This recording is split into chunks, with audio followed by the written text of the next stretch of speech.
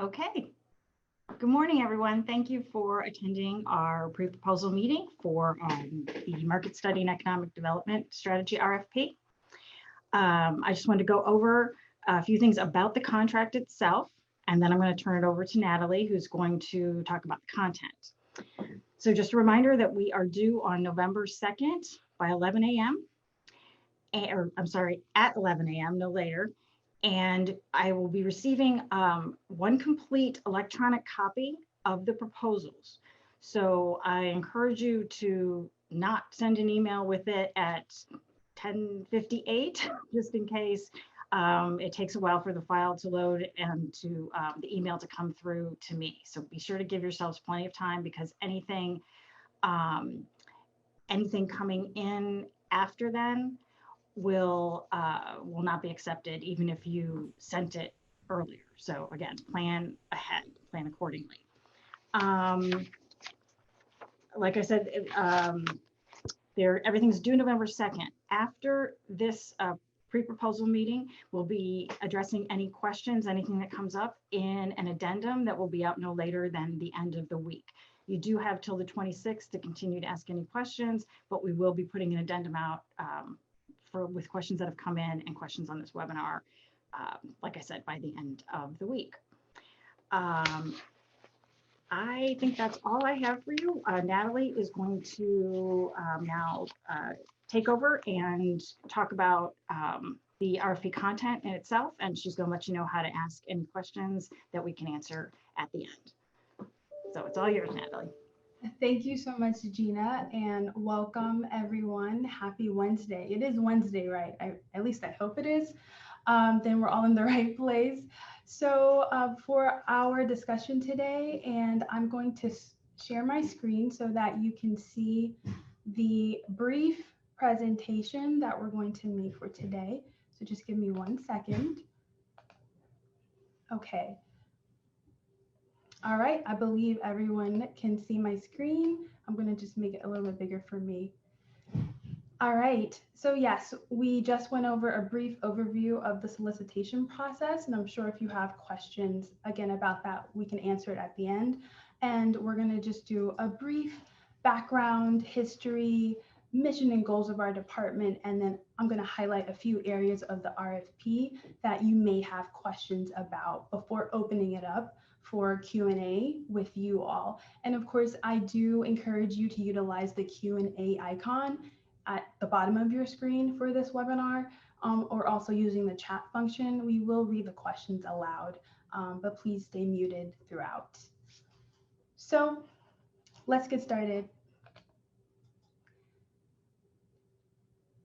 So this is an unprecedented opportunity for the town, as it's the first major work of this department. It's better used, of course, to understand our competitiveness in the region and our ability to grow our business economy. And as you know, the work of business, or economic development rather, is really diverse, and it involves any effort really to make the community more business friendly and attractive. And so we're really looking forward to using the market study to help us understand how we can have a competitive advantage, or rather, what are our competitive disadvantages to being in this particular market, and how can we better provide services to our business community and grow our local economy. So you may already know and be familiar with this area, but just in case you aren't, we are an independent town in Fairfax County, which is the largest in the Commonwealth of Virginia, and we're frequently included on the top of best places to live in Virginia lists. Well, the town is also really located centrally. It's about 14 miles from Washington, D.C., and we have neighbors that are growing rapidly around us in the Northern Virginia area, meaning in terms of density and in population, so including Merrifield, Reston, Fairfax City, Oakton, and of course, Tysons.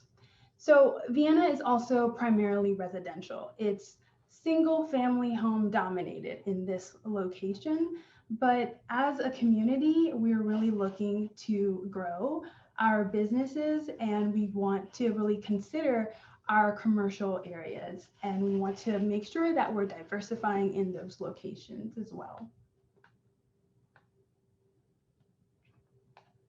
Now, one other thing that you may note about this map is that because of our central location, we're also in the middle of two major airports, which again, if you visited this region, then you would have either been to maybe Dulles National or Ronald Reagan. And then there are a few outliers that go to BWI, which is in Maryland, but still pretty accessible here from the town. So something to really remember as you present your proposals is that this is a completely new division in the town, and we are starting from the ground up. So just like any startup or any business, you're going to need foundational documents, resources, and tools to help steer the course. So again, as I said before, that this is really about focusing on diversification, making sure that we're resilient. I mean, specifically after coming out or still in the midst of a health crisis, but we still want to be able to enhance and generate tax revenue and to be able to support our government services. And so the project or the final deliverable will really be about anchoring and making sure that mission and the vision and the goals are really a reality that's felt by the residents, but absolutely the business community, potential site selectors, landlords, and other stakeholders. And so in January of last year, a request was made from the town to Fairfax County to support this project, and it was accepted, in which the county will be supporting it also up to 50% in terms of funding. And that was around January 2019 that proposal or request to the county was made. And you'll notice that in the timeline of milestones, in November 2019, I was hired in the position of Economic Development Manager. And now, of course, in March of 2020, we had that state of emergency declared due to the health crisis, and it did send us back a little bit in delay of this particular project deliverable. But this has long been a project that the town has wanted to do, and they have been talking about it since even before I arrived. So we're really excited to get the ball rolling. So as you know, there are two main deliverables for this project. Part one is the market study. Part two is the economic development strategy. And you may have a few questions, which I'm going to try to highlight some of the areas of the RFP that are, I wouldn't say more significant than any other part of the RFP, because it's all pretty significant. As you know, it's a big project for the town, but here are some areas that we can provide some highlights to. So as I mentioned before, this project and this department is brand new, meaning that we are truly grassroots trying to develop data, resources. And so the consultant coming in will also have to understand that there may be some areas that we need to work with the county to get you some resources, but every division and department in the town is going to be dedicated to providing those resources to you and data as you request it. So for example, the vacant spaces and vacancy rates, I do not have a list of vacant spaces in the town. When I arrived, that's something that we want to work on. So that will be something that we would hope that the consultant that works with this project will be working on. In addition to that, the real estate assessment, you may want to understand what the real estate assessments are across single family, townhomes, commercial real estate. The real estate division does not belong in the town. It's a part of the county. And so because we work with the county, we can absolutely work together to receive that information on your behalf. And if there are other data needs that we don't have direct access to, we're happy to do our best to work with the consultant to get that. Now, in addition to market analysis and data that you may need, you may also have read that the Planning and Zoning Department is undergoing a project with a consultant to help the town reorganize and update their zoning code, subdivisions, chapter 17 and 18. And so really briefly, I want to stop share and share another screen with you. So just give me 1 second here.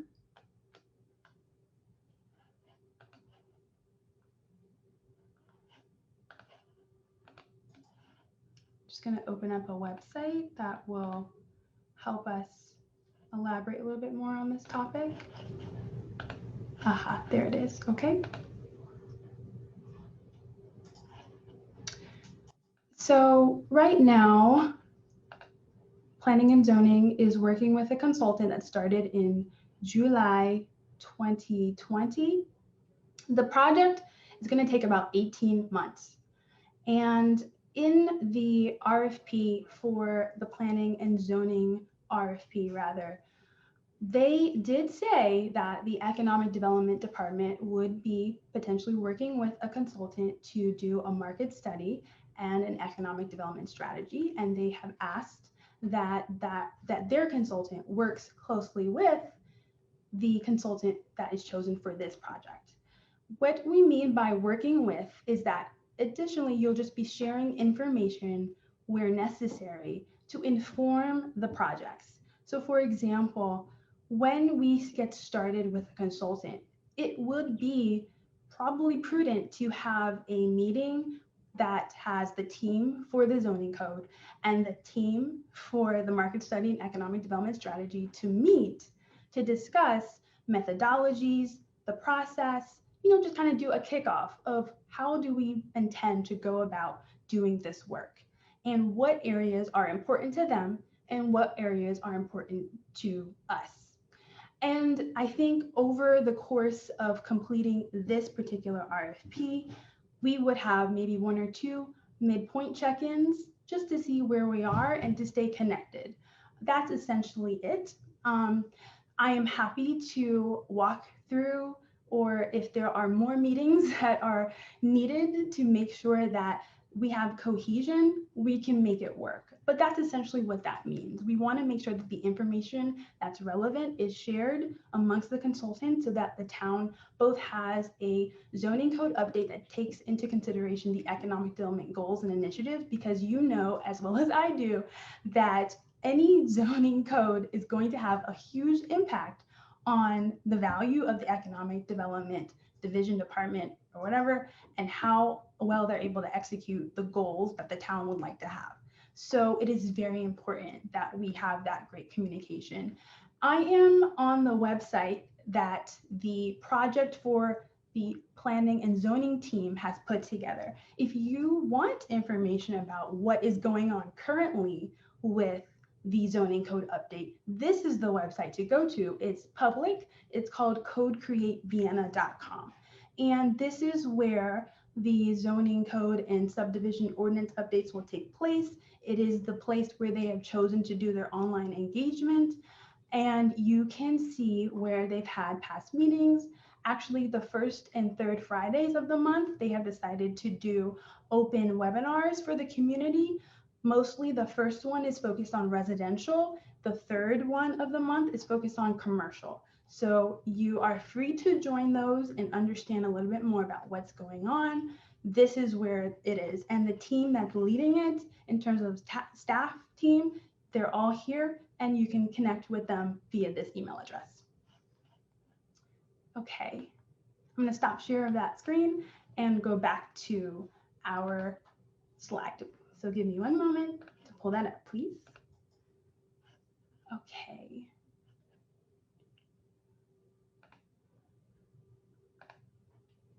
Okay, so the last thing here that I want to bring up is around community engagement. Now, in the RFP, it is pretty open-ended on community engagement for a reason.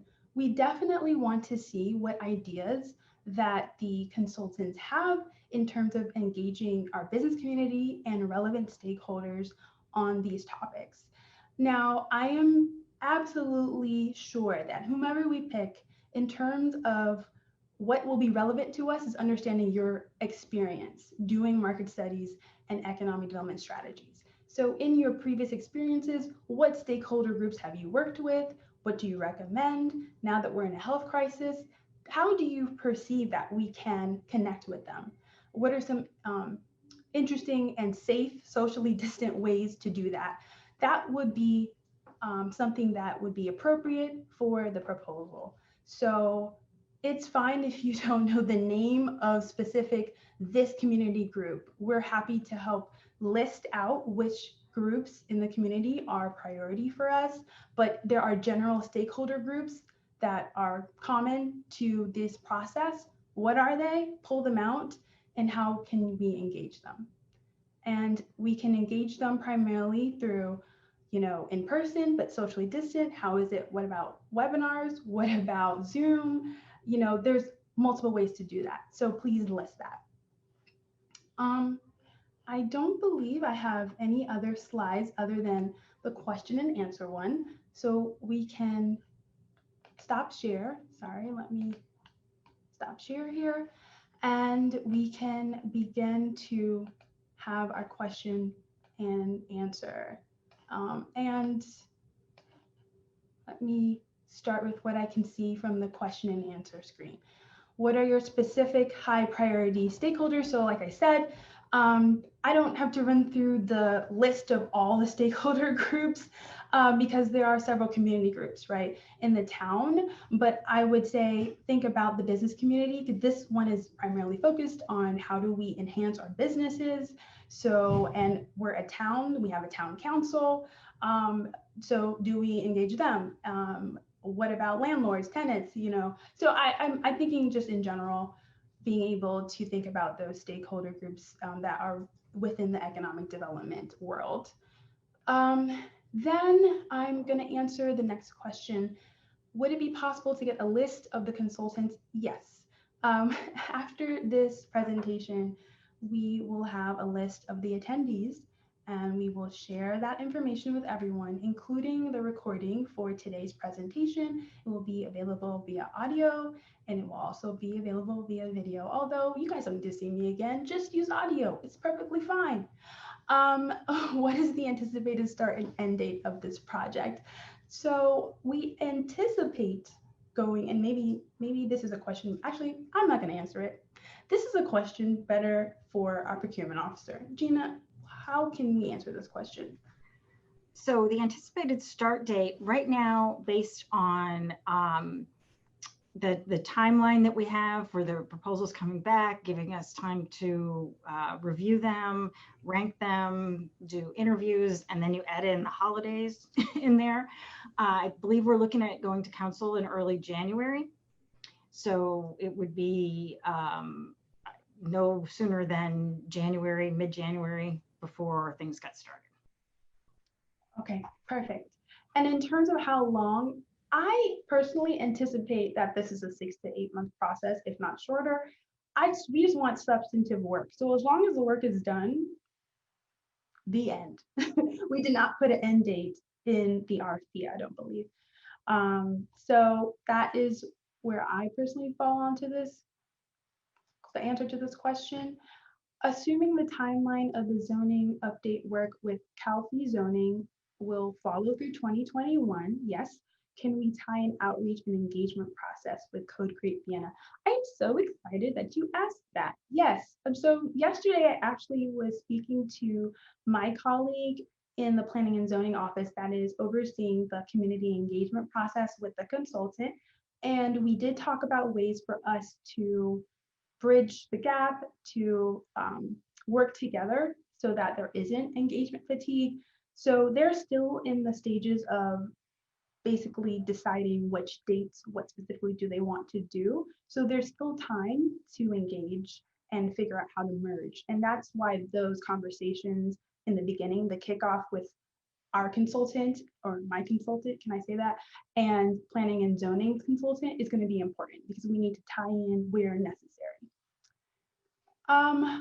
For the vacant spaces and rate, would a secondary source be adequate, such as CoStar, or are you hoping consultant will collect primary data? I have secondary data. I use CoStar every day. because it's a lot of money, so I have to use it every day. So yes, I use CoStar as secondary source, but we really need a primary source. So it would be great if a consultant can help make sure that happens, or at least begin the stages of us setting up a database that tracks that information, because I know you won't be with us forever. But I'm happy to share information from CoStar with the consultant. That would make sense for sure. Okay. The next question is, are you requiring in-person public meetings, or is Vienna still using virtual meetings for public engagement? Right now, most of Vienna, or rather all of Vienna in terms of town of Vienna government, is virtual. We're doing virtual meetings. So we're not requiring in-person public meetings. In fact, we're shying away from big engagements with the public. There are outliers though. So for example, this weekend, this department is hosting a series of engagements called Vienna Shop and Stroll. We are putting a focus on our shopping centers, and over the course of the next few months, there will be select Saturdays, but we will ask the public to socially distant, but still participate in shopping local and coming in person to the shopping centers. So I do think that there is room to be, yes, primarily virtual, at least in terms of the consultant-town relationship, especially depending on where you are. But there are times where I do think it would be prudent to be in person, like when we first meet council. So there are times that we can discuss that, I think, when it's prudent to be in person. And in terms of public engagement, I think we can talk about that as well. But yes, there are virtual ways to do it. Please list them. The next question is, should any legal insurance exceptions be required? Are proposers required to use the exceptions form to submit, or will this process be undertaken in negotiation? Gina, do you have an answer to this? Yes, please submit, excuse me, any exceptions you have to the RFP, to any of the terms and conditions, along with the RFP that is required to come with the RFP. Okay. Or the proposal that you're returning, yeah. Okay. The next question is, the RFP is interested in having the proponent understand, evaluate neighboring jurisdictions that have the potential to impact or become economic generators for the town. Do you have any specific jurisdictions in mind that are a must to be included? Yes, Tyson's. Everything else, I would like to hear from the consultant. How far outside the town would you like us to consider? I will leave that also to understanding first what the consultant is bringing to the table in terms of how far we should consider. That is something that I would rely on in terms of understanding that from you and your proposal. That's something that I would want to know from you. What do you think that we should consider? Any other questions? I believe that we've answered everyone in the Q&A. I don't see any questions in the chat. If we have not answered your question, can you please let us know? You can put that in the chat if you don't feel like the answer was sufficient, you need more information from us. Okay, I do have another question. Let's see. Does the town have strong relationships with, or has the town previously engaged major property owners along commercial corridors on other planning processes? Does the town anticipate having issues engaging the property owners? Great question. Before I arrived, I do not know how often the town engaged their property owners. I gather that it was not very often. However, since the pandemic, we have tried to engage property owners. So for example, in the very beginning, we had a webinar focused on property owners in the health crisis to determine and understand where they were with their tenants. We also did a survey of our property owners more recently to understand what issues were they experiencing. So to me, those are major opportunities to try to engage property owners. I also can see a situation where planning and zoning may have engaged property owners in a much more vibrant, visible way, especially now that the zoning code update is happening.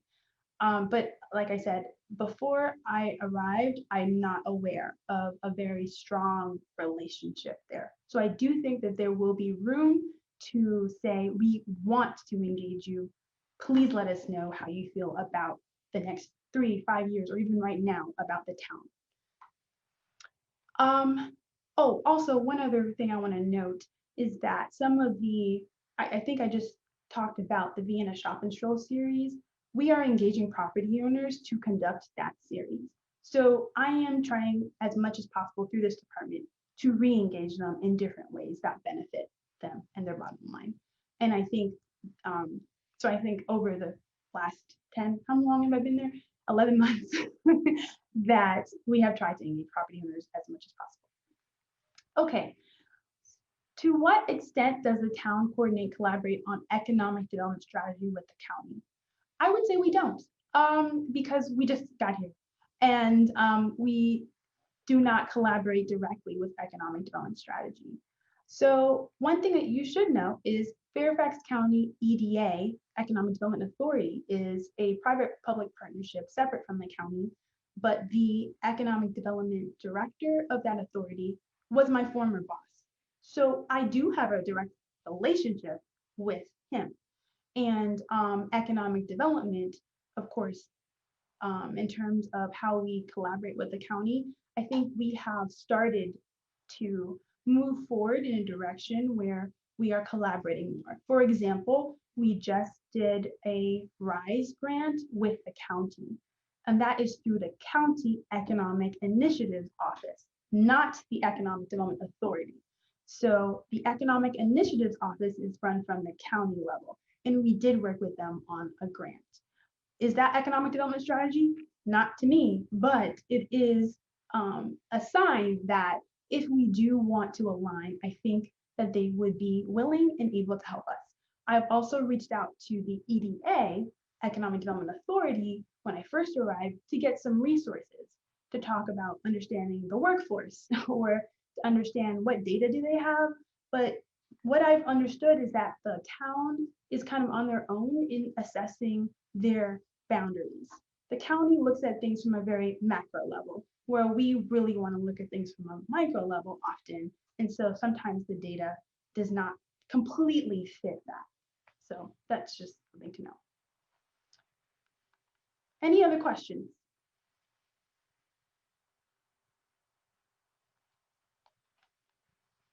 Okay, I'll wait a second. I don't have any background music, so. I also do want to say, if you have any questions after this, or if someone is watching this video and did not attend, please email questions to me directly at gilpin, Gilpin, at viennava.gov. And I will either get them answered myself if I can, or send it on to Natalie, and we will get back to you in the form of an addendum. We did receive a question in the chat, Gina, so I'll say it aloud. What would you say the biggest challenges will be for the community in advancing economic development or future strategy? I think that the biggest challenges for the community has already started. This is a new department, so understanding economic development and the value is going to be a part of the process. It's educating the community on what is economic development and why did the town feel like now is the time to bring this in. So I think that's one of the bigger challenges, to make sure that we're bringing in a level of understanding, not just for residents, for the businesses, and for our policymakers. I think all three areas need to be aligned about what the goals are for advancing and what role do they individually play as stakeholders in advancing the strategy. I also think we can't advance strategy without the goals being aligned.